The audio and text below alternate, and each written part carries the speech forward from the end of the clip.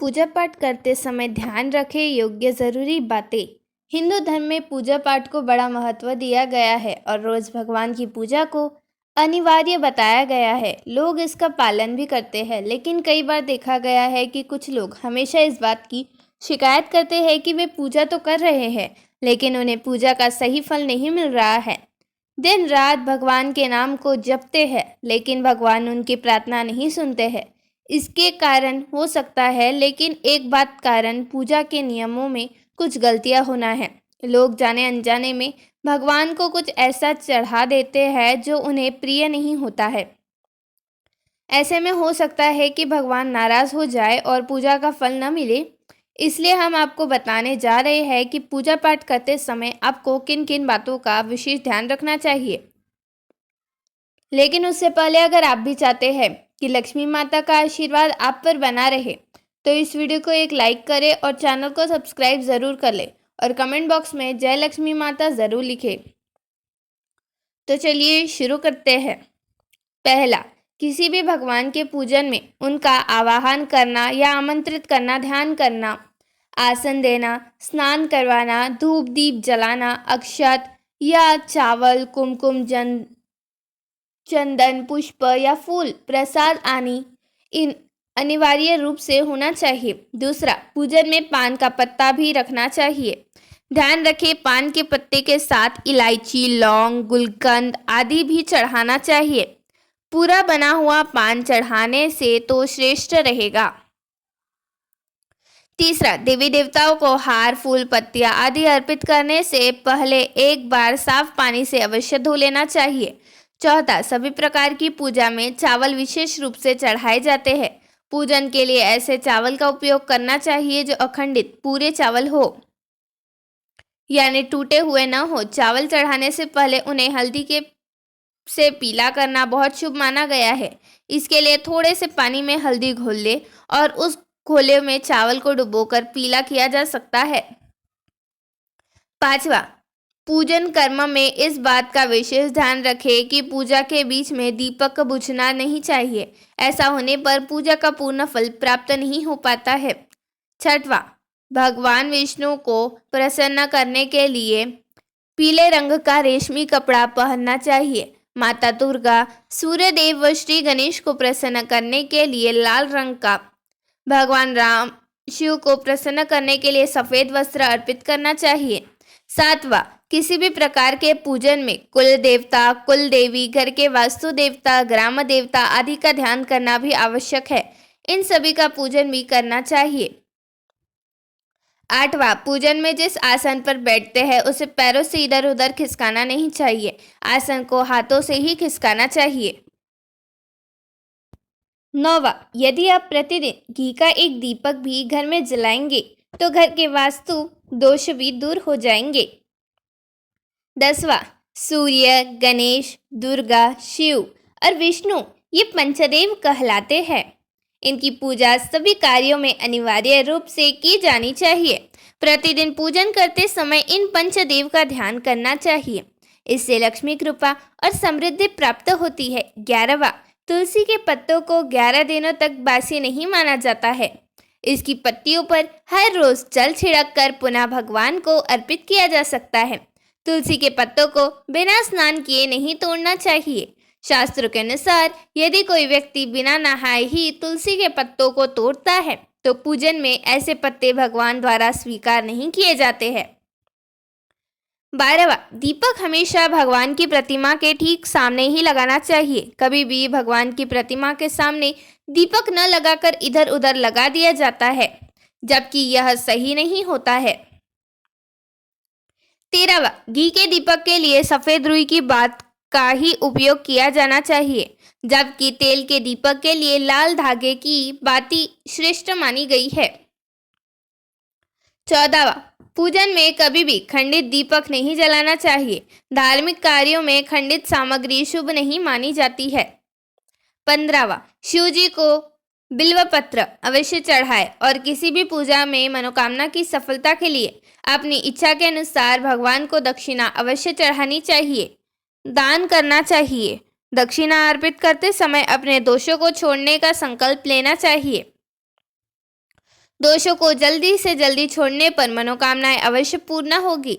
16वां, भगवान सूर्य की 7, श्री गणेश की 3, विष्णु जी की 4 और शिव जी की 1 या 2 परिक्रमा करनी चाहिए। 17वां, घर में या मंदिर में जब भी कोई विशेष पूजा करे तो अपने ईष्ट देव के साथ ही स्वास्तिक, कलेश, नवग्रह देवता, 5 लोकपाल, षोडशक मातृका, सप्त मातृका का पूजा भी अनिवार्य रूप से किया जाना चाहिए। इन सभी की पूरी जानकारी किसी ब्राह्मण से प्राप्त की जा सकती है। 18वां, घर में पूजन स्थल के ऊपर कोई कबाड़ा या भारी चीज न रखे। 19वां, भगवान शिव को हल्दी नहीं चढ़ाना चाहिए और न ही शंख से जल चढ़ाना चाहिए। 20वां, पूजन स्थल पर पवित्रता का ध्यान रखें। चप्पल पहनकर कोई मंदिर तक नहीं जाना चाहिए। चमड़े का बेल्ट या पर्स अपने पास रखकर पूजा न करें। पूजन स्थल पर कचरा इत्यादि न जमा हो पाए। 21वां, मंदिर में लगे सूखे हार, फूल हटा देने चाहिए। 22वां, हमेशा भगवान श्री गणेश की आराधना से पूजा प्रारंभ करें। श्री गणेश को तुलसी दल चढ़ाने से बचें। भगवान गणेश को तुलसी दल चढ़ाने से दोष लगता है। 23वां, शिव शंभू को कभी भी केतकी का फूल नहीं चढ़ाना चाहिए। पौराणिक कथाओं के अनुसार भगवान शिव ने केतकी को श्राप दिया था, इसलिए भगवान शिव को यह फूल नहीं चढ़ाना चाहिए, वरना भक्तों के काम बिगड़ सकते हैं। 24वां, भगवान की प्रतिमा को स्नान करवाते वक्त सिर्फ उंगलियों का प्रयोग करें। भगवान को स्नान करवाते समय कभी भी अंगूठे का इस्तेमाल नहीं करना चाहिए। ऐसा करने से भगवान अप्रसन्न होते हैं और घर में विपत्ति आती है। 25वां, दीपक को कभी भी जमीन पर रखकर प्रज्वलित न करें। ऐसा करने से धन की बर्बादी होती है और घर में अशुभता आती है। 26वां, पूजा के वक्त अगरबत्ती का प्रयोग न करें। ऐसा इसलिए क्योंकि इसे बांस की लकड़ियों के साथ बनाया जाता है और बांस की लकड़ियों का प्रयोग अंतिम संस्कार में किया जाता है, इसलिए इसे अशुभ माना गया है। 27वां, रविवार के दिन तुलसी के पत्ते तोड़ने से बचें। मान्यताओं के अनुसार रविवार के दिन तुलसी के पत्ते तोड़ने से भगवान विष्णु अप्रसन्न होते हैं। 28वां, भगवान शालिग्राम को कभी भी चावल अर्पित नहीं करने चाहिए। वास्तुशास्त्र के अनुसार ऐसा करने से दोष लगता है और कुछ अशुभ होता है। 29, पूजा में गंदे कपड़े पहनकर न बैठे। कभी भी गंदे कपड़े पहनकर पूजा नहीं करनी चाहिए। मान्यताओं के अनुसार ऐसा करने से घर में दरिद्रता आती है। 30वां, पूजा के दौरान मन की पवित्र रखें। कभी भी पूजा करते समय मन को दूषित नहीं करना चाहिए। कहा जाता है कि पूजा के दौरान मन में बुरे ख्याल रखने से पूजा का फल प्राप्त नहीं होता है।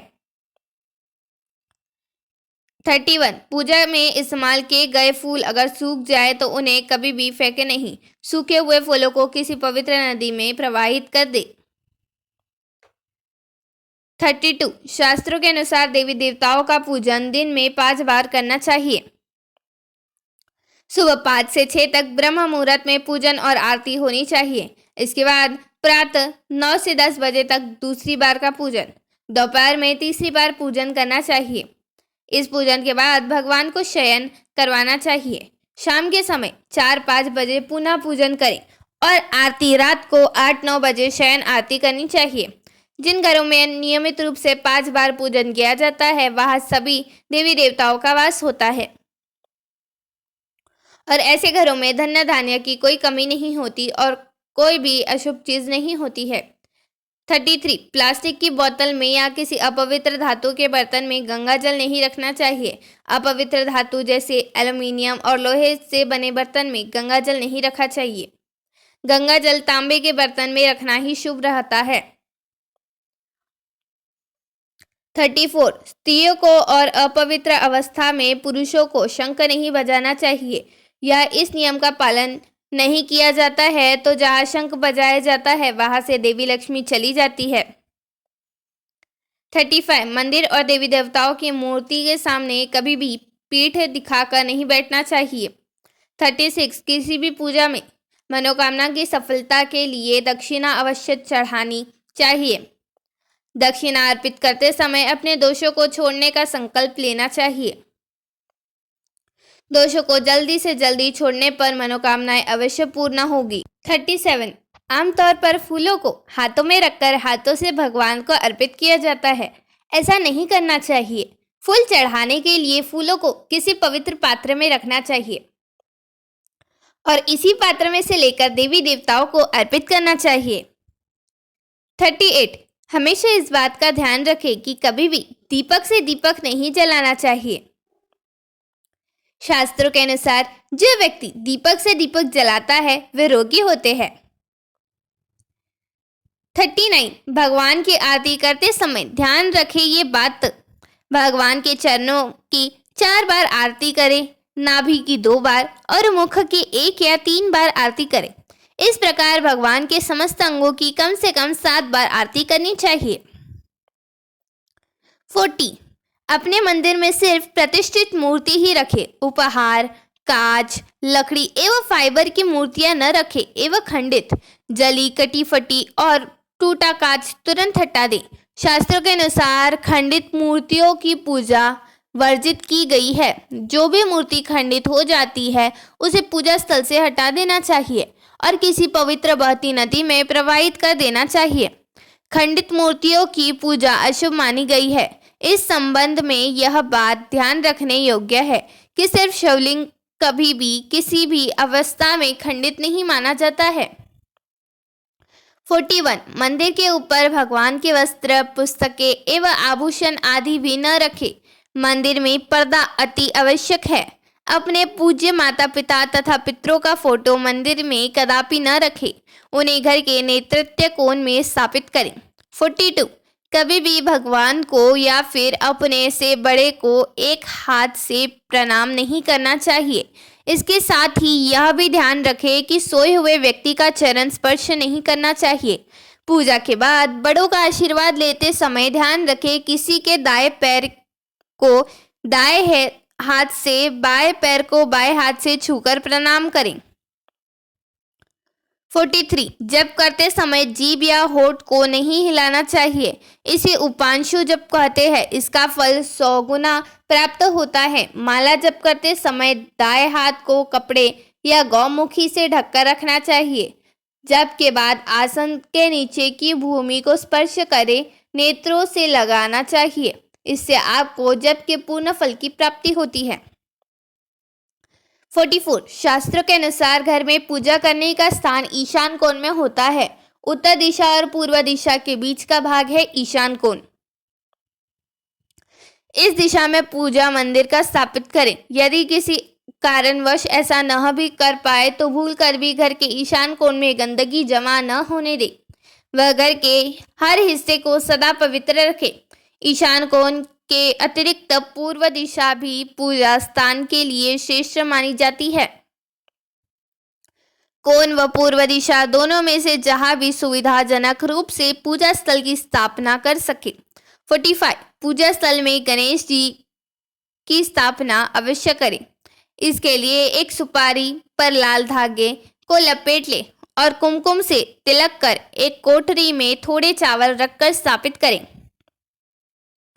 46 पूजा स्थल में एक कोने में बंद पात्र में गंगा जल अवश्य रखना चाहिए।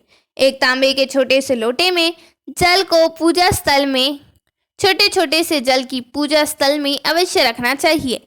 प्रतिदिन इस पात्र का जल बदलना चाहिए। वह पुराने जल को पीपल के पेड़ या तुलसी के पौधे में डाल सकते हैं।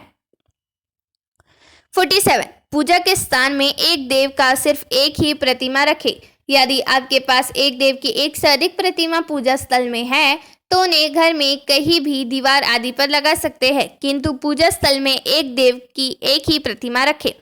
48 घर में पूजा के स्थान पर कभी भी बड़ी मूर्तियां नहीं रखनी चाहिए। बड़ी मूर्तियों में प्राण प्रतिष्ठा होनी अनिवार्य हो जाती है, इसलिए बड़ी मूर्तियां मंदिर के लिए ही उचित है। पूजा स्थल में छोटी मूर्ति रख सकते हैं। 49 पूजा करने के स्थान पर भूल कर भी अपने पितृदेव, स्वर्गीय माता पिता या गुरु की फोटो न लगाए, उनका स्थान अलग रखें। 50 पूजा स्थल में कूड़ा कचरा एक चित्र न होने दे। प्रतिदिन पूजा घर की सफाई करें। 51 अगर आपने पूजा घर में कोई मूर्ति की स्थापना की हुई है तो ध्यान दें, मूर्ति का कोई भी हिस्सा खंडित नहीं होना चाहिए। मूर्ति खंडित होने पर तुरंत उसी वहां से हटा दें। खंडित मूर्ति को बहते जल में विसर्जित कर देना चाहिए। 52 पूजा के समय यदि असंभव हो तो शुद्ध देसी गाय के घी का प्रयोग करें। वह भोग लगाने के लिए अग्नि में गाय के गोबर के कंडों उपलों का ही प्रयोग करना उत्तम माना गया है। 53 पूजा पाठ के समय दीपक कभी भी बुझना नहीं चाहिए। शास्त्रों में यह एक बड़ा अपशगुन माना गया है।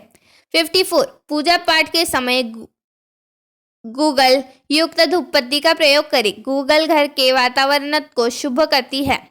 घर से नकारात्मक ऊर्जा का या बुरे दोष को दूर करती है। 55 रात्रि को सोते समय पूजा स्थल में लाल पर्दे द्वार ढक दें। वह सुबह होने पर पर्दे को हटा दें।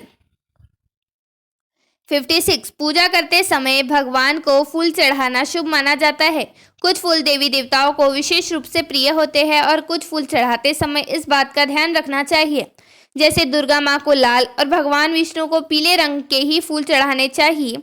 पूजा में कभी भी बासी फूल नहीं चढ़ाने चाहिए, यह अशुभ माना जाता है।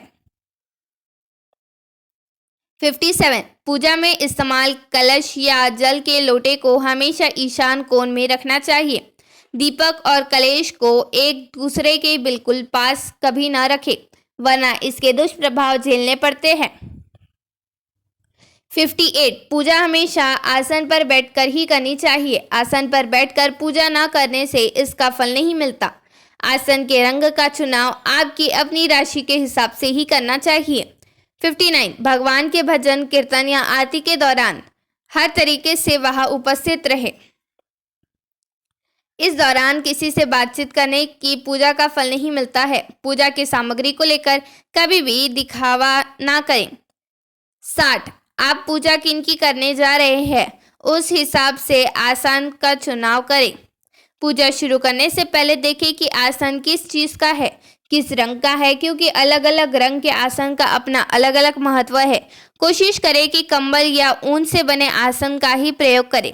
धन की देवी माता लक्ष्मी, माँ दुर्गा और हनुमान जी की पूजा करने जा रहे हैं तो लाल रंग के आसन का प्रयोग करें। अगर मंत्र सिद्धि की पूजा करनी है तो कुशा से बने आसन को श्रेष्ठ माना गया है। धन्यवाद।